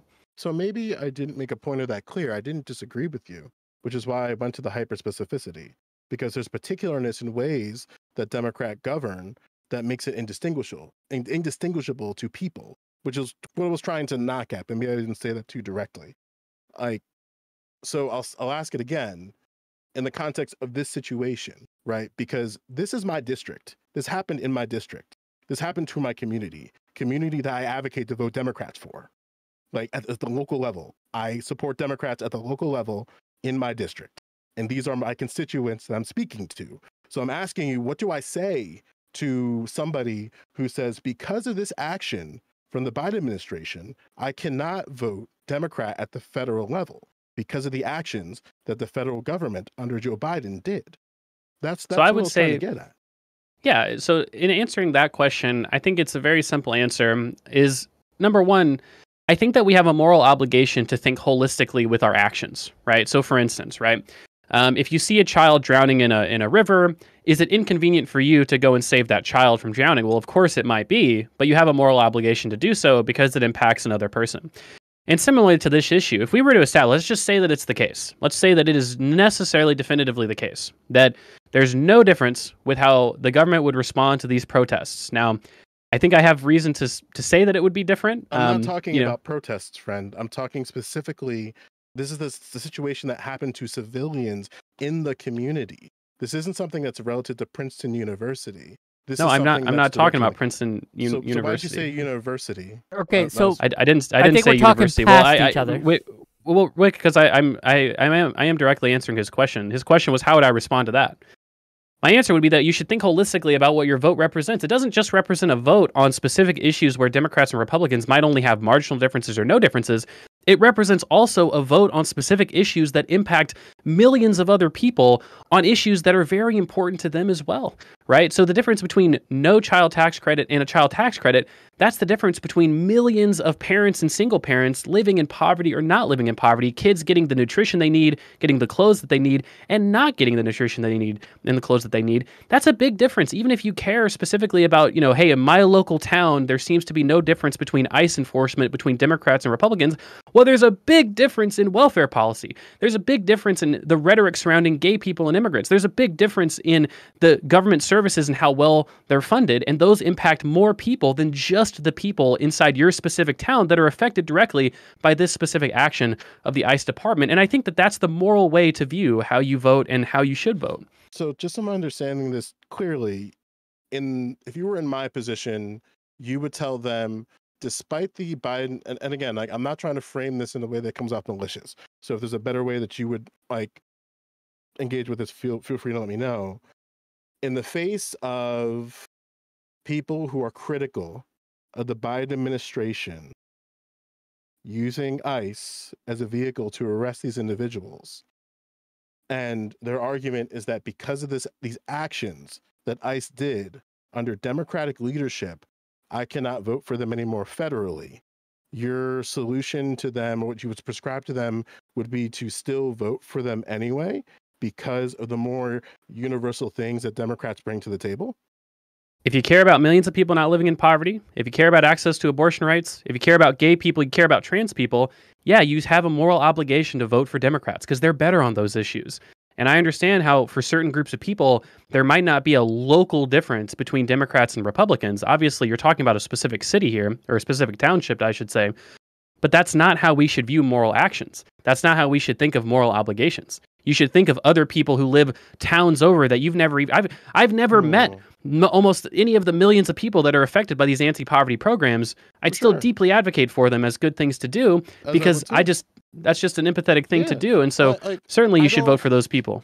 Yeah, I don't necessarily so again, I think one of the problems that this conversation has, and maybe the folks who are watching can probably get that vibe, is that I've already conceded that there are clear differences between government of Democrats and Republicans. The part of this conversation, which I was hoping to sort of parse out, because I think that's an interesting thing to engage with, are the points when these differences are either indistinguishable or there's situations where they function in the same way, which is why I brought up the example in Princeton, because I don't know how a Republican administration would navigate this situation differently, because they were going against the will of the people. The will of the people said no to this. The same thing that I gave about the immigration centers. Democrats passed that, and I lobbied for that bill. And I thought it was something that we ought to do because these contracts were expiring, and that place is riddled with abuse. But then I see the Biden administration siding with the corporation that runs that private prison, and it's still up to this day. So despite Democrats doing what I believe to be objectively the correct thing here, I have to deal with federal contradiction. And in the face of that federal contradiction, it makes it very hard for me, for people, if that's a particular issue for them, immigration, to advocate for voting for Democrats at the federal level. Do you get what I'm trying to say? I understand. I do understand what you're saying. I mean, of course, in my view, it sounds like we agree actually on the topic of this debate that there is difference between how Democrats and Republicans govern, which is good. I mean, I think that's an agreement that is very reasonable and rational. And again, how we would talk about individuals in the society. Look, half of my family's Muslim. I went to a university with a huge Muslim population, just as a personal example. And so there's a lot of people who I know personally who are very skeptical of voting for Democrats because of Israel and Gaza. And what I've told them is the exact same thing that I've told you, is that, look, if you're a young progressive and you value, the Israel-Palestine conflict, disproportionately, it's not that it's wrong to do that, especially depending on who you are. You can pick whatever issues you want to prioritize however you want, but it is also important to think in the grand scheme of things, and it's also important to think what are the best ways to interact with institutions. My argument would be, hey, it seems like to me the kinds of people who've made the biggest difference in changing the Democratic platform and in changing the views of the Democratic base are people like AOC, Bernie Sanders, the Progressive Caucus, people who have acted within democratic frameworks in order to make change happen, and not people who have refused to vote for Democrats because of these things. Like, who's done a better job at moving the political ecosystem further to the left? People like Jill Stein, Ralph Nader, or people like Bernie Sanders and AOC. I would argue Bernie Sanders has done a bigger job and a better job of moving the platform to the left than someone like Ralph Nader, even though it's over a shorter period of time. And I would also say that it's important to think holistically with your vote. Hey, even though that's your most important issue, there's a lot of people that are going to live in poverty. There's a lot of children who are not going to have the resources that they need because we might see welfare cuts, because we might not see the expansion of welfare under Democrats, which is what Kamala's proposed. I mean, these are important issues. And not to mention, all these court justice picks make huge differences in people's lives. Why can women in Idaho not get an abortion right now? Why do they have to be helicoptered out of the state to get the abortions that they need? It's because we elected a Republican one time. And so it's very important to elect Democrats. That's interesting that you say that, because something that's really on my mind is listen, like, I want to make something kind of clear, because you did mention Jill Stein. In the current state of affairs where I am at, I'm voting Green Party currently, and especially down ballot. There's Jill Stein is one fuckery away from me leaving it blank and just voting for the slate that exists within that. But one of the things that I appreciate that the Green Party is doing currently in my state as the example, because we are the leading example here, is that we have a slate that people can actually vote for substantively. We're the only state that has that. We have 13 members running on the Green Party ticket, and the only reason why Christina Khalil, who was running for the Senate, is on the ticket in the first place is because she has a group of candidates behind her that she can support and does support. And the Green Party in New Jersey, I'll give hats off to the New Jersey Greens, because they're clearly leading the way and making sure trying to make that relevant by focusing on local elections and local governance. And then using that momentum to build towards a governorship, build towards more federal power. That being said, there's just by voting, and this is kind of the overall concern I have when it comes to people who are voting Green, is that I believe if you are navigating outside of the duopoly, outside of the Republican Democratic establishment, you're going to need Democrats to govern. So you're going to have to be very particular in the strategies that you implement, because, for instance, in the sake of Jill Stein, she hasn't substantively answered the question of if you were to win, you're going to be entering into a absolutely divided government, not only ideologically between Republicans and Democrats, but between Greens, Democrats, and Republicans. And she hasn't substantially answered how she's going to navigate governance, and how she's going to navigate that friction. I say all that to say that one of the things that I believe that we ought to do actively, no matter what the decision that you make, whether that be the decision in your case, which you made it very clear to vote Democrat, and vote Democrat essentially regardless of the contradictions that they have at the local level. But I'm more of the position that even if you do that thing, or in my case, voting Green, or in someone's case, abstaining, you ought to use to the best of your ability the tools and resources that you have to help influence your community for those who don't have a voice, for those who have a difficult time, whatever the case may be. And something that concerns me about Democratic support is that there is a level of apathy that comes to engaging with these institutions, where it feels like when a Democrat is finally in office, it feels like that's the point of rest for people. And I've heard this when I've been canvassing. And I would argue the pressure for change needs to be even stronger when a Democrat is in power versus when a Republican is in power. They both have to be intense. But if you believe that Democrats and the Democratic government framework and how they navigate governance is the way to go, then the protests, the agitation, the drive to push policies should be incredibly louder than the state that it currently is. Where I'm concerned that when people vote for Kamala Harris, and if she wins, there's going to be the same type of apathy that happened during the Obama administration, and that's a concern of mine. Well, I don't think we saw the same apathy when Biden was in office. We saw from basically the moment that he was elected, even before that, when he became the Democratic nominee, we saw very concerted efforts amongst internal progressives, amongst progressive advocates to push the Biden administration further and further to the left on important issues. And certainly those things made a big difference in terms of the actual policies that got released. For instance, we can compare, and I think it's fair to say that Obama was a disappointment when it came to many different progressive priorities. Certainly, he governed much more centrist, but I think it's fair to compare the two. We can compare the Obama's administration, his first couple of years, to Biden's first couple of years, both in terms of how they involved progressives in advocacy and in terms of how they listened to progressives in advocacy. Biden takes office. He makes Bernie Sanders the chair of the Health and Human Services Committee in the Senate. We end up getting passed trillions of dollars of social spending. We end up getting passed trillions of dollars of investment in climate change, in infrastructure. These are all things that the Obama administration was scared to do because they tilted towards centrist and neoliberals. The Biden administration hasn't done that. It's been the most pro-labor, pro-non-worker administration basically since, I don't know, Lyndon B. Johnson or something like that. It's been quite a long time, let's say. And I think that those are a meaningful difference. But I understand. Yeah, I mean, look at the chair of the FTC, Lena Khan, who's taken one of the most aggressive stances towards big tech and big corporations and monopolistic competition.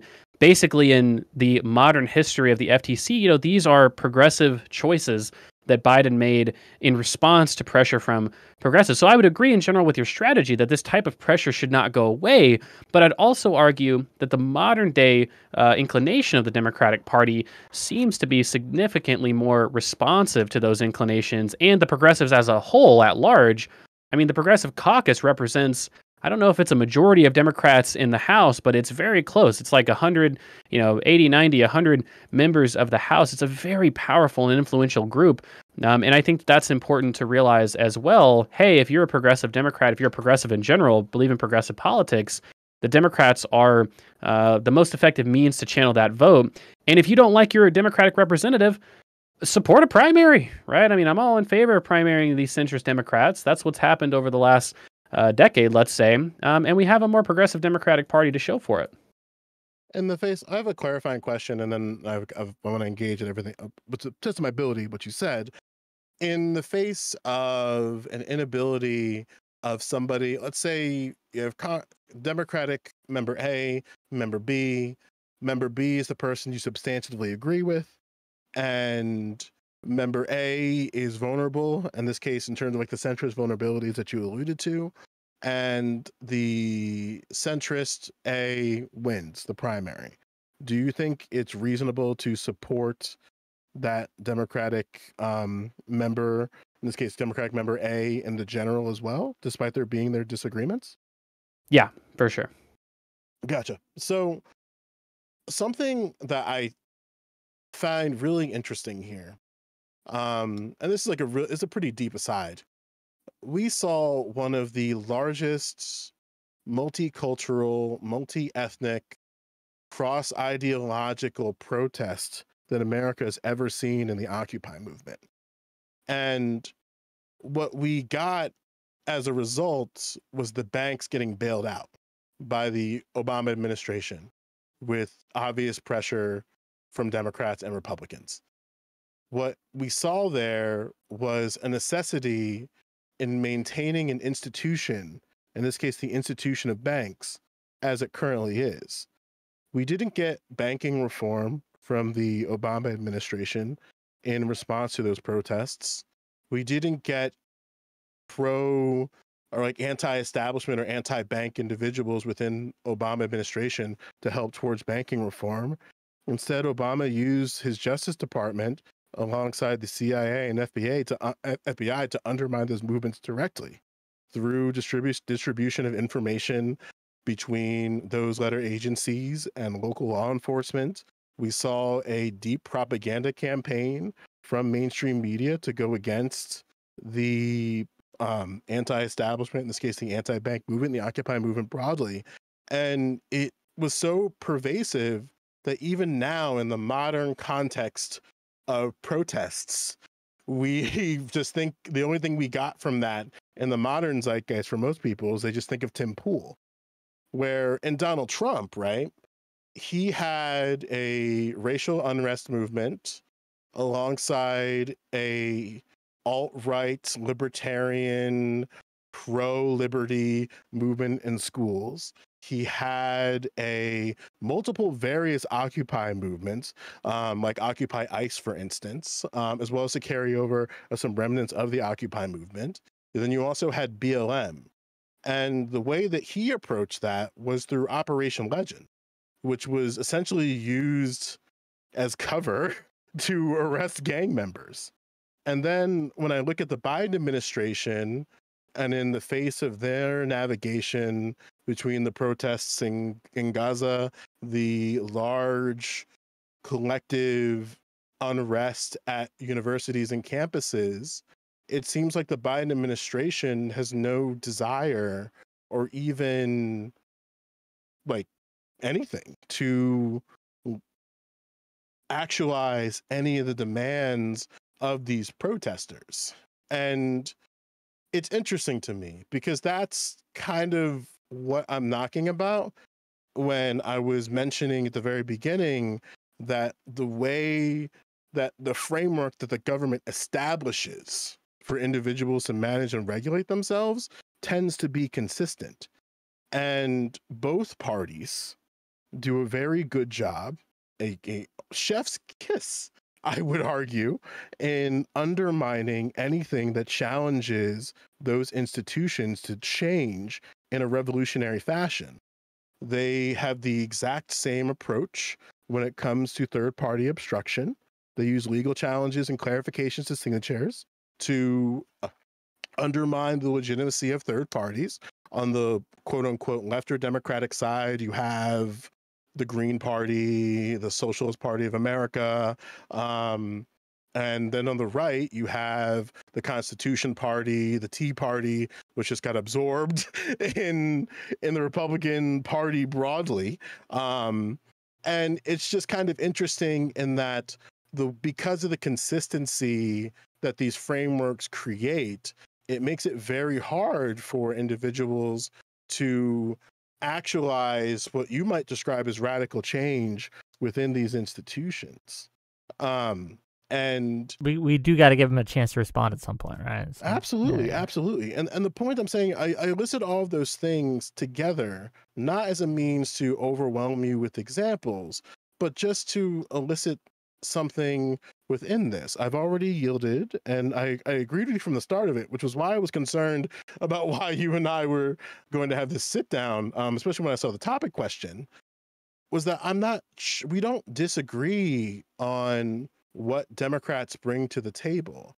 I also don't disagree that they actualize good within their community. You yielded, and I yielded as well, that they're not perfect. No government or political party is going to be perfect in their actualization of their politics.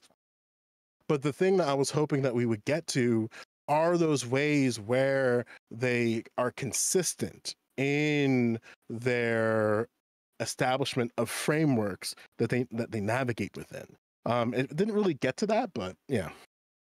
Yeah, I mean, if one day there was a topic about what are the substantial ways that Democrats and Republicans are the same, that could be an interesting discussion. I'm glad that we agree on at least the fundamentals of this specific topic, which is there a difference with how they govern? It appears that there is a difference. I mean, to some of the things that you mentioned, again, I just really disagree, right? Like, Democrats did do a lot to respond to the financial crisis in a way that challenged the power of banks challenged the power of banks and financial institutions. He's number one, for examples on that. So, yeah, I mean, number one, they literally nationalized the American Investment Group, right? They took that company over directly, which was like, I don't know how many assets they had under management, but it was a gigantic portfolio of assets that they took over. They enacted the Dodd-Frank Act, which was a huge, substantial, sweeping set of regulatory requirements, which included limitations on how and why and when investment banks can invest to try and stabilize the market in the future, which it appears to have done. That also included new Federal Reserve policy by the appointment, from the appointment of Barack Obama, new Federal Reserve policies, which included stress testing these financial institutions. And these regulations appeared to work. We haven't had a financial crisis since 2008, not in response to COVID, not in response to, you could take not the FTX bailout, but Silicon Valley Bank, where that was an example where... Yeah, the Silicon Valley Bank was an example where these regulations actually seemed to directly prevent financial crises in the future. We also got one of the most progressive institutions that the government has actually founded, the Consumer Financial Protection Bureau, which has returned billions of dollars to consumers that have been scammed. These are all pretty substantial changes that even Barack Obama, even someone who I would say is too centrist, even he did. Forget about Joe Biden and all these other democratic reforms that I think have been made that have been substantial. If the argument is Democrats are not as progressive as I want, look, if I was in charge, guess what? We'd solve a whole lot of shit because Democrats don't do as much as I would want.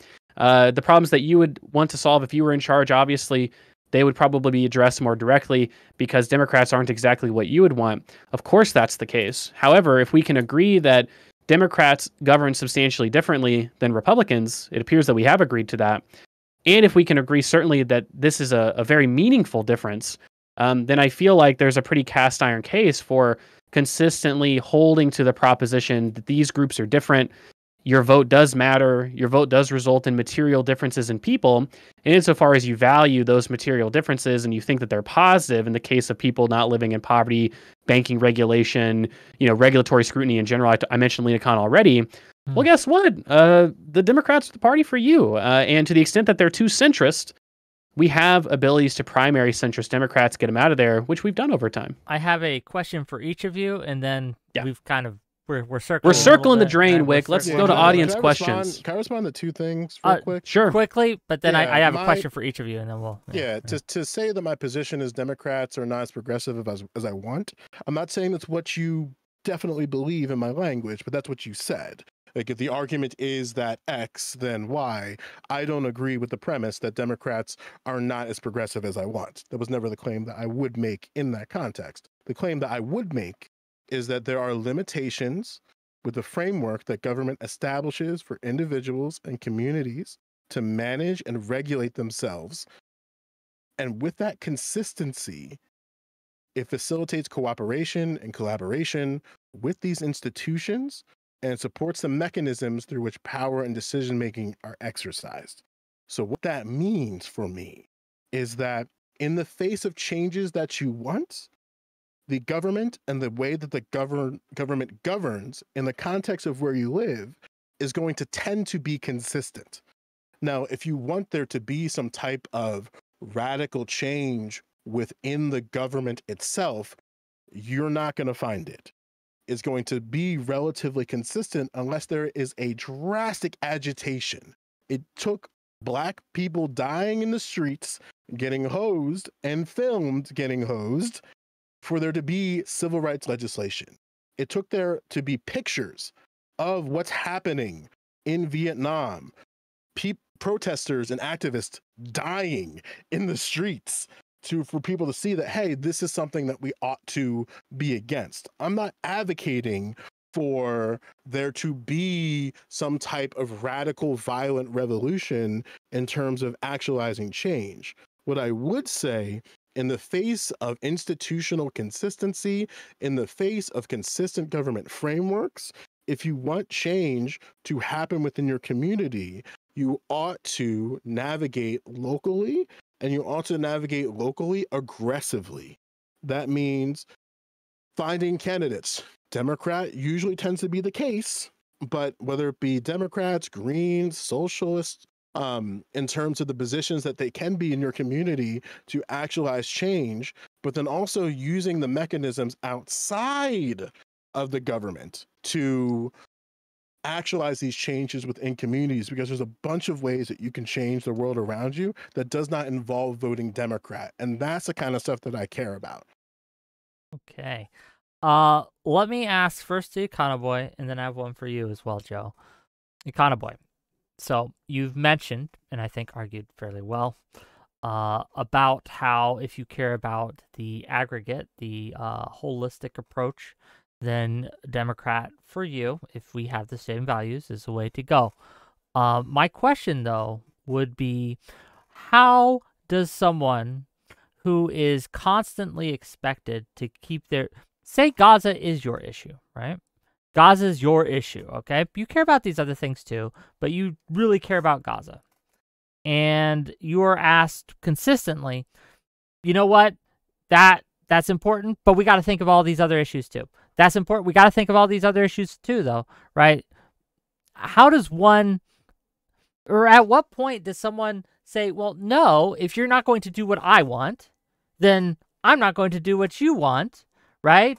And just screw you. I'm taking my vote and going home, right? Like, how does one, at what point does their issue get to be the one that you're asking the LGBT people to say, you know, I know your issue is important, but it's time you sacrificed your issue for mine, right? Does this make sense? Yeah, it does make sense. I tend to take, especially when it comes to local primaries, a pretty radical view, which is that, look, vote however and wherever you want for whoever you want in the primary, right? Because I think that it's more reasonable, especially on a local level, to vote for who you want in the primary. The stakes just aren't, number one, as big, and number two, I think that local elections provide a very important sort of experimental path for different methods of advocacy. You know, one of the great things about our decentralized system of government. How does a local election affect the Gaza stuff? Well, I mean, if you're voting for like a congressperson, then in theory, a member of Congress would vote yes or no. That's more of a federal thing, but like local elections, as I understand it, is like your town council or your school board, or things like that. Well, I mean, town councils and school. I mean, you see pro-Palestinian protesters rightfully, because it's a, you know, you can advocate different on different levels of government, advocating for their local towns and their state level governments to engage in BDS policies and things like that. It's one of the reasons why the college protests happened. It wasn't just because college kids were mad about Israel-Palestine. It's because colleges engage in what they view to be specific policies and specific economic transactions, let's say, that materially benefit the state of Israel or Israeli actors. And so insofar as that's an issue that you care about, I mean, voting for a local school board, voting for a mayor's office, that's important. I think you can be very choosy in the primary, in part, again, because it's decentralized. For instance, let's just say that this is the case. Let's say that a bunch of uncommitted people, they vote for progressive Democrats for Congress, for state level positions, for mayor positions, let's say in the primaries or in the first rounds of elections. And let's say that those people go on to win their elections. And it turns out that because of other people voting in certain ways, or because maybe this message is actually pretty electable, we can then start to try that message out on the federal level. I think that that's a better evidence, at least for the scared centrists of the world, that, hey, we can actually advocate for progressive politics on a national level, because it's worked in so many different local arenas. And you see that with progressive policy up and down the board. States tried this, people advocated for it, they won elections, even in purple places. And so why not do that on the federal level as well? I just think that that's a much more productive way to engage in politics than to operate outside of democratic frameworks or to withhold your vote in the general election. If Democrats don't feel like in general elections they can get your vote, why would they ever pander to you, right? That doesn't, I mean, just like, you know, the sort of behavioral the reasoning, it doesn't make sense. Like, if you, without our vote, you won't win, right? So if you get enough people to withhold the vote and they consistently lose over and over again, eventually they'll realize, okay, we actually need your vote, and that would be the Well, look, argument, right? Take the Libertarian Party, take the Green Party, right? They've operated in antagonistic fashion to the Conservative Party and the more Liberal Party, respectively, over the course of the last 30 to 40 years in significant ways. Getting high percentages of votes, certainly preventing their more conservative or liberal counterparts from winning elections. But who has done more? Now, there hasn't been quite a Libertarian Republican presidential nominee, let's say, but who's done more in a shorter period of time to change the entire lexicon of democratic politics, the policy, the Overton windows that we can operate in? The various Green Party candidates over the last 40 years, or less than a decade worth of Bernie Sanders becoming a national political figure and inspiring primary challenges across the country to the extent that the Progressive Caucus now represents... That wasn't them, that was Trump. That the turning towards progressive movement wasn't because of anything AOC, Bernie, or anyone did, but because Trump was such an existential threat. Well, my response to that is that Democrats' natural sensibilities, especially, look at Reagan. Reagan was a right-wing conservative crazy guy. When he won, what was the Democratic response absent a progressive movement? It was to go neoliberal. It was to go more centrist. Democrats' basic sensibilities, at least the establishment, is, especially the donor class... Well, Clinton is a neoliberal, right? So that's my point, though, is that guess what? A progressive message was tested federally. That was adopted into the platform of the Democratic Party. And guess what ended up happening? He ended up winning in 2020 and then doing a lot of progressive policies after that, Joe Biden. So I just think that this has been tried and tested. It's not that you can, it's not that, I don't know, it's not that the Socialist Party nominee can be the Democratic Party nominee and win a general election. You still have to think about these things, the electability of your various platforms. But I think that if you had a lot of different data points and said this message worked in all these different diverse areas, guess what? It can work at a federal level too. That's more productive than just basically screaming outside of Democratic circles and relying on mutual aid. Mutual aid's been a thing that's been known about for 40, 50 years now, and it just hasn't really materialized in any significant way. And guess what? It's never materialized in history either. Mutual aid societies have never ended poverty. They've never made significant reductions in poverty, but welfare states have, and welfare states are enacted through democratic frameworks and left-wing politics engaging in the electoral process up and down the ballot, up and down the locality, and I think that's what's important. Okay. Well, good answer. To you, Joe. Unless you have a response to that, but I have a question. No. I think he cooked. He cooked and made a souffle, and I appreciate that. I think Joe. I have a response to what you said, though. That's okay. Go ahead. What did I say? Yeah, I kind of want to take a crack at your question. Go ahead. Come on, Go ahead. I think that it's naive to posit that the primary is the only way to do things. Again, I'm not saying. Wait, that's not what I said. That's what he said. No, yeah. So I'm not saying. I didn't say that. Just to be clear. I'm not saying Econ Boy explicitly suggested that. That's not my claim here. But one part that rung very true to me when it comes to not true, maybe not. It was interesting that one of the mentions of navigation is like, well, this is why we have primaries. Because I hear that argument reverberate a lot in different levels of intensity, and this is just a lower level. So it vibrates for me a lot, but I say that to say there are mutual aid works and it's successful. The Grassworks mutual aid works and it's successful. The problem is people have very confound and honestly uneducated perspectives on what that looks like, if I'm being quite frank. Meals on Wheels is a program in my county that gives free meals to those within the community at a certain point threshold and certain other types of agitators that exist within that. This is completely separate from the government institution of welfare. This is a separate program that people can engage into. This is we also have, and this is all within my community, by the way, we also have a community kitchen and community library. What that looks like in practice is that there's a kitchen that anybody can go to at any time for free and prepare their meals.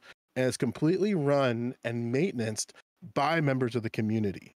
And they get very, very charitable donations from local businesses within the area that understand the need for this. The only way that those things are maintained is because they make sure that people know that it exists. They make sure that people know that this is an option available to people, and their advocacy in towards making sure that the public knows that this exists is incredibly profound.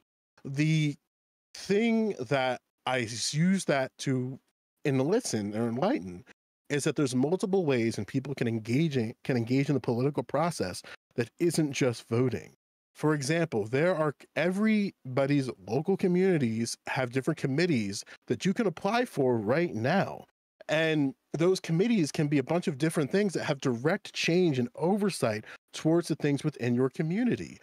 There's ways that you can, in the case of Rutgers University, agitate your institution. You know that we're not going to stop the bombs in Gaza anytime soon, but we can at very least take a stand and how the university stands on this. And the protesters won. They are a clear victory in this whole case and navigation of protesting institutions, where the protesters, within collaboration with the university, had 7 of their 10 plot points, they're not plot points, they're policy points met. That's a huge victory. You're not going to get everything, but you're going to get enough of substance so the protests no longer proceed. What did Princeton University do? They said, hey, we're going to aggressively infiltrate, and by infiltrate, we're going to place officers everywhere within this community and make sure these protests stop. We're going to suspend the students who are responsible for the protest, despite the fact that we're in good standing in the university, and we're going to arrest people. And then what happened? Started a new school year, they went right back outside. Like the protest, they didn't stop. And that's a good thing. That's a good thing in my eyes, where the thing that I want people to have is tenacity against the things, or for the things, I'm sorry, that they care about. My question is related to that, and it's very simple, and maybe we can get this short and then we can go to closings and wrap up, right? Given that all you said, community activism, local activism, engaging in mutual aid, et cetera, et cetera, et cetera, is that not all benefited positively by voting for Democrats, not just locally, but federally as well? It's outside of the electoral process altogether. So I can't say if it has any type of impact in the process of these. These are things that existed despite there being consistency in governance, which is why I brought them up as examples. Meals on Wheels functions independently from the government. You're not voting for people to do these things. You don't think that the federal policies can impact states and localities in such a way that would make it easier or harder for groups such as the Meals on Wheels to operate within their communities? Absolutely, but Democrats have no interest in doing that because it's outside of what's a possibility for them. So, I'll give you an example of what that could look like, because this is something that a senator that I've supported in the primary supported. He supported allocating a set amount of funds towards free lunches in schools and allowing there to be food delivered directly towards people when they cannot access the school directly. That obviously didn't come into fruition, but what ended up happening to that, and maybe this isn't to agreement to what you're saying, a bunch of community members said, hey, why do we have to wait for the government to say we're okay to do this? So a bunch of local restaurants came together and they launched a program that said, hey, if you're a child in the school district, show your ID and you get a free lunch. Period. It wasn't a matter of, and you can do this anytime during the day. So after school, present your ID, get a meal. And that's something completely separate from the political apparatus, because basically they saw people advocate for a policy that they were hoping to get implemented that didn't happen under Democratic governance, by the way. And then the community said collectively, fine, we will just do it ourselves. Sure, but I'll give you empathize to the communities that cannot do that, by the way. Yeah. To be do closings now, Wick? Or... Yeah, we'll go to closings now. Sure. Before we do that, once again, speaking of doing things, right, and getting involved, I am paid by Progressive Victory, and we do have phone banking that you, dear viewer, can do. Voting is the bare minimum. This is something that you can do with your phone, with the equipment you have. You don't even need training. They'll train you. And if you want to get involved in the electoral process, one way to do it. I'll provide the links in chat, please. If you care about progressive values, that's one way to help. Click that link. plenty of sign up options. Thank you. Really appreciate you. Also remember to like and subscribe to the stream. But let's give it first to Econoboy and then to Joe, and then we'll close up for the night. Econoboy, take it away. Yeah, sure. So I think I'll start by just saying, overview. It appears that Joe actually agrees with me on maybe this debate topic, which is Republicans and Democrats govern differently. Of course, I think that they do. I think that Democrats tend to advocate for welfare programs and expansion of things like taxation and government services. I think that that's a good thing. At least for me personally, I tend to vote, not solely, but I tend to vote basically on poverty and inequality issues. Those are the issues that I care about most personally, because I think poverty is really, really bad. And I think that inequality, of course, is bad as well. And so to the extent that a party addresses those things very directly, I'll probably end up supporting that party. And of course, I think the Democrats are the option in America to do that. So that's important to point out. We've seen poverty rates fall to the lowest levels on record because of the policies that Joe Biden enacted in 2021. And to the extent that those policies sort of expired or were repealed by various legislatures after that, it's the Democrats that are advocating for bringing those back. 90% of Democrats support those policies, 0% of Republicans. I think that that's an important difference. That's why you should vote for Democrats. The last thing that I'll say to respond directly to seemingly Joe's fundamental point, which is this idea that you should engage in, not that you shouldn't engage in electoralism, but that you should engage in outside of electoral matters to try to enact positive change as well. Of course, I agree with that. But what I think it's important to recognize, and I don't know if Joe necessarily disagrees, is that if you care about democracy, you have to care about inequality and poverty as well. And the reason why I mention that is because, look, why are rich people disproportionately influential in politics? Not just rich people, people in the top 10%, people who are just sort of upper middle income. It's because they have more free time. Why do they have more free time? Why do they have better work-life balance? It's because they have more money, right? And so to the extent that you want to do things like community build mutual aid networks, organize a union, labor movements, things like that, it's much easier to do that when you're not poor, when you're not desperately unequal to the people on the top. And certainly that's a really important thing to care about as well. These things play in tandem with each other. And so to the extent that you care about organizing outside of electoral matters, it's still important to organize within electoral matters because they're related to each other. If you care about organizing those things, you should care about reducing poverty with aggregate policies like welfare and taxation. Those things in and of themselves are never going to solve those problems. Joe mentions Meals on Wheels. You know who's fed more people than Meals on Wheels ever could? The food stamp program that was enacted by Democrats, right? That's why these things are so important, because those are much bigger deals, much bigger policies in general. And if you care about distributed aid networks like Joe's describing, easier to organize those things when you have a base of people that isn't as impoverished as they otherwise would be if you had just spent the 10 minutes and voted for Democrats. Of course, Joe's not arguing against that at this point in the debate, but it's important to bring that home. If you're a left-leaning person that believes in mutual networks, decentralized aid, much easier to do that if people surrounding you have access to central pools of resources and distributions. That's the welfare state. That's progressive taxation. That's what Democrats stand for.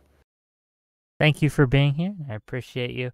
Gang, links to his stuff are in my description. Please click those links and give. I'll be listening to Joe's response on my phone, but I do have to leave right now. So sorry to leave a little bit early. It's okay. But thanks, guys. It was really fun talking to you, Joe. I will listen to your response on my phone, I promise. Okay. Yeah, and hopefully we can find each other under better circumstances instead of being in a confrontational environment like this. Obviously, of course. I think it was fantastic. It's a great discussion. Really yeah, absolutely. We'll talk soon for sure. All right.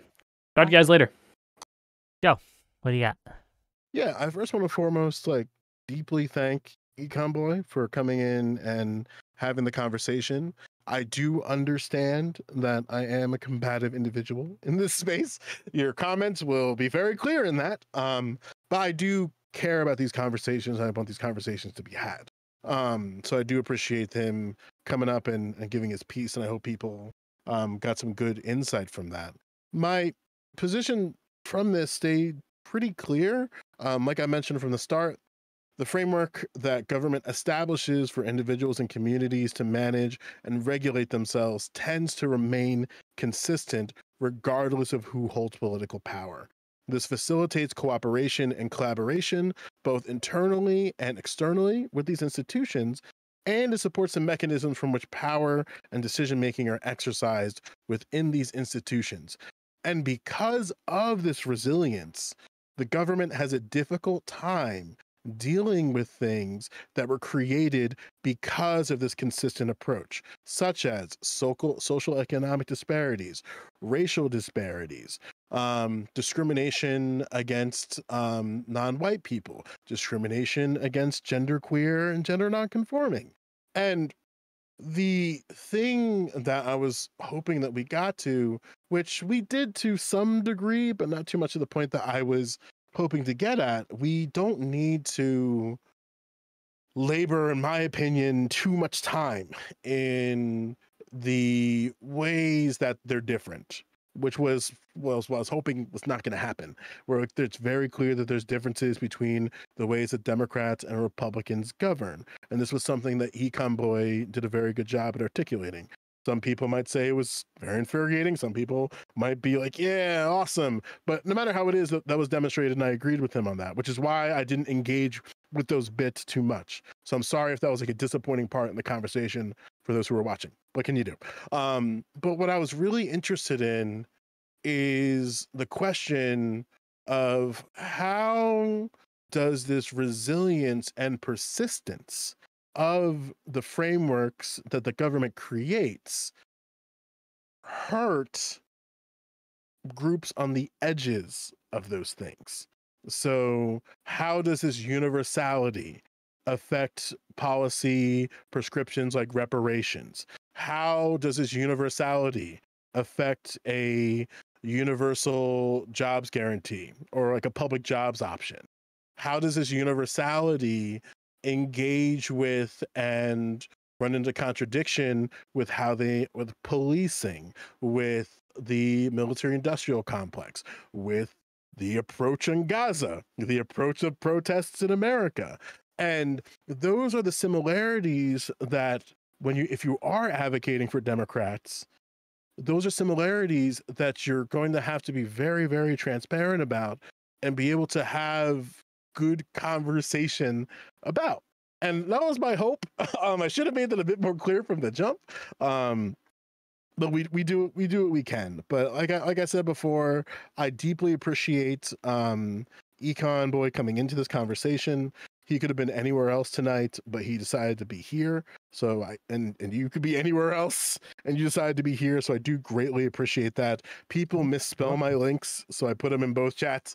Thank you. And my door is always open. So if there's something that you weren't quite sure about that I was talking about, you can feel free to DM me or just find me in Wig's Discord. I'm more than happy to elicit more context and nuance and things that I didn't have the ability to in the conversation. Thank you for being here. I really appreciate both you and Econoboy.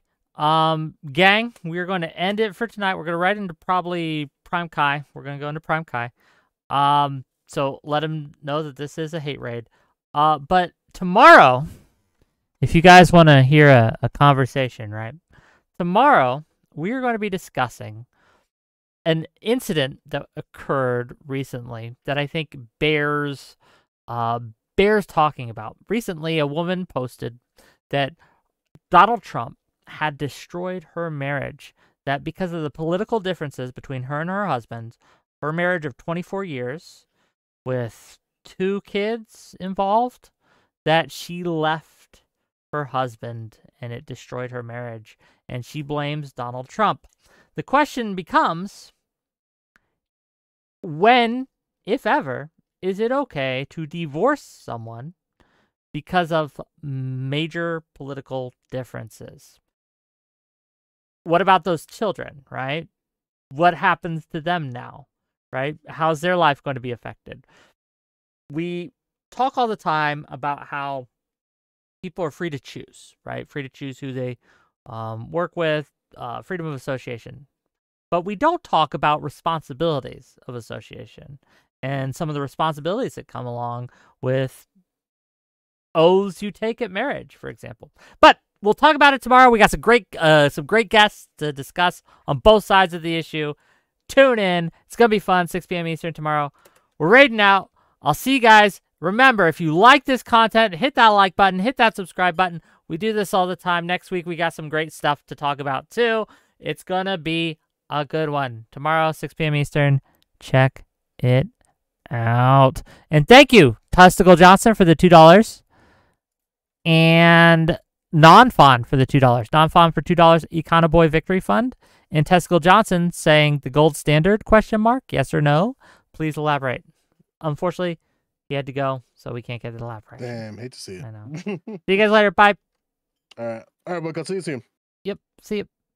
Oh wait, you're still being